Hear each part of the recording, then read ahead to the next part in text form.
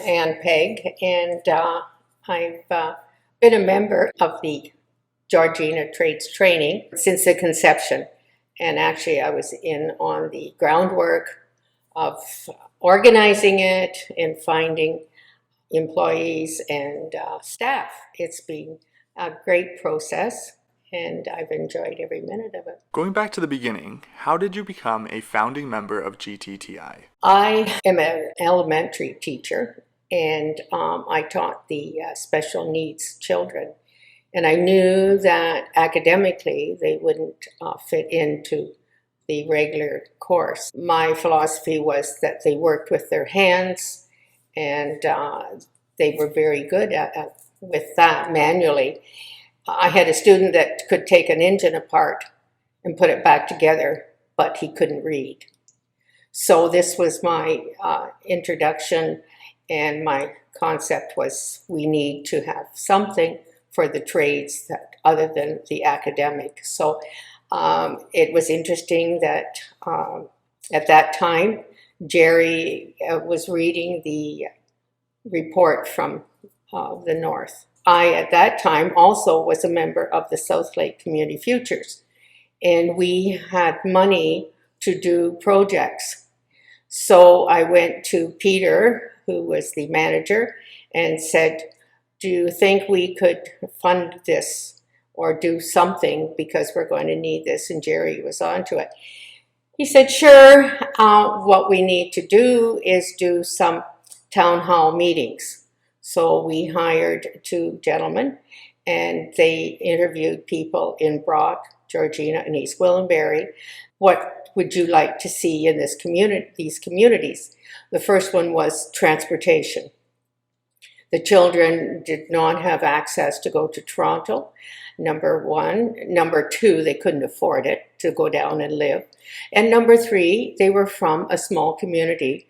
And so to send them to Toronto was just too much, or for them to go to any of the trade schools. So that was the beginning. And we realized then that we would bring the school here, or the trades here, and educate them here in their own community. Jerry Brower, you never said no to Jerry. So he had gone to the different school boards, the Catholic School Board and the York Region School Board, and right to the directors. You didn't go to anyone other than the directors. And he presented what we had talked about, and that the need was for this. Well, of course, the directors and the superintendents, having worked with the schools in this area, realized that there was a great need. And at that stage, it was high unemployment, high dropouts. So it really worked in our favor, and they jumped on board. So it was the first organization that had both school boards working together.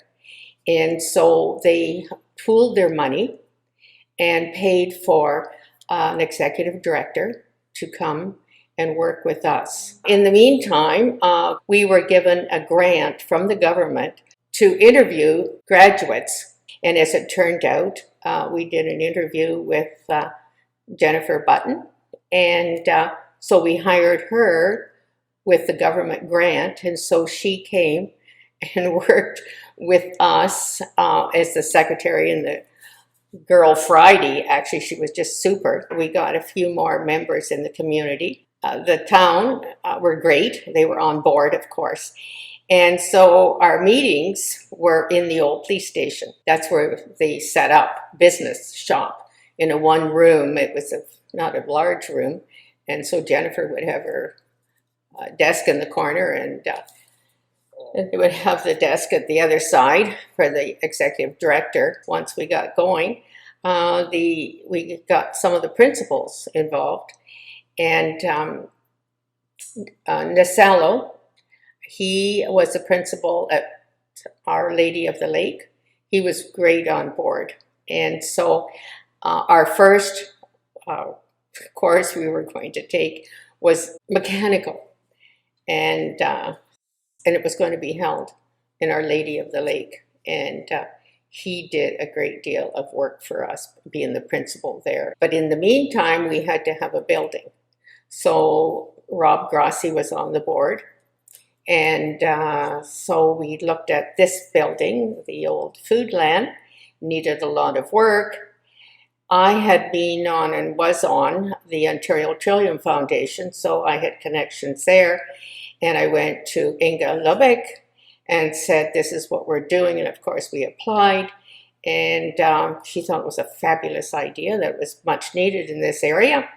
And so we received $150,000 to renovate this building. What do you think was the greatest asset that you brought to the board of directors? Community involvement in people. So you'd say connections were number one. Connection. And my experience being in the community and realizing what was needed. Like you've mentioned, there were a lot of players at the start.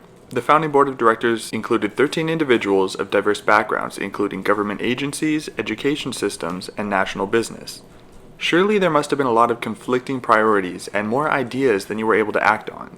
Can you explain how the board dynamic worked to create the organization that we see today? I think everybody brought their own dynamics, as you said, but our main goal right from the very beginning was to bring the trades to the people here, or the students in Georgina. That was the ultimate. Whatever else we decided or thought we should do, it was coming back down to trades, hands-on for the students. What would you say was the greatest challenge that you and the board faced in getting the nonprofit off of the ground? Money, finances, funding. And you see, the other thing is when we went to funders, we were unique. Nobody had heard of us. There was nothing that we could compare to. There was no background information, stats that we could say this is what's happening. It was very difficult. The Trillium and the school boards realized the need for it. But if we went outside, it was to convince them. And even to this day, we're the only ones in North America like this. It's very unique to go to a company or an organization and say, you know, would you donate $10,000? Take a chance. I mean, what are you? Well, now we've been there long enough that we've got stats to say that, you know, we've got that many thousands that have gone through. We've got people that will come up and say how we've changed their lives. I mean, not only are we students, but we've had adults. I mean, 45, 50, 60 that have gone through. Like you mentioned, thousands of people have completed training at GTTI. In fact, GTTI has provided training for more than 10,000 residents. At what moment do you remember feeling like you were really making an impact? Well, if you come to any of the presentations, it does bring tears to your eyes. Right now, I've got a parent that had an autism child come through. Now he's working on his own. He has his own apartment. He's got he's working for a company, and he's been there, I think, 3 years. Another student was having mental, and he came through here in the carpentry and is now working. A woman that was 55 went through the trucking industry. She'd lost her job and thought she'd always wanted to. And so, you see, at that stage, we paid like the $1,200 or $12,000 to retrain these people. Even one of our own directors had a son that was kind of drifting, and he took that course and is now a cross-country trucker. It's just changed so many lives. I mean, it's ongoing, and it just, it does your heart good. Throughout 15 years of operation, GTTI has certainly become a community highlight. Can you think of a time where programming here brought together members of the community? One time we were working with the old historical vehicles. So we brought them in because it was the EOP program. And so we had these two vehicles out there, an old ambulance that was rusty and another one. And the students loved working on those, sanding them and sanding them and sanding them for hours. At the same time, we also had the police, when they were off duty, would come in and work with the students or talk to them and so on. And one day, one of the policemen came in. Of course, he wasn't in uniform. And he went over and talked to one of the students that was sanding away inside this old ambulance. And he was asking him, and the student turned to him and said, "I don't have time to talk to you, I'm busy." It was just so cute that he was so intent. The new division of GTTI, the Skilled Trades Institute, has recently graduated its first cohort with 8 different pre-apprenticeship programs. What do you think of this new direction and the future of GTTI?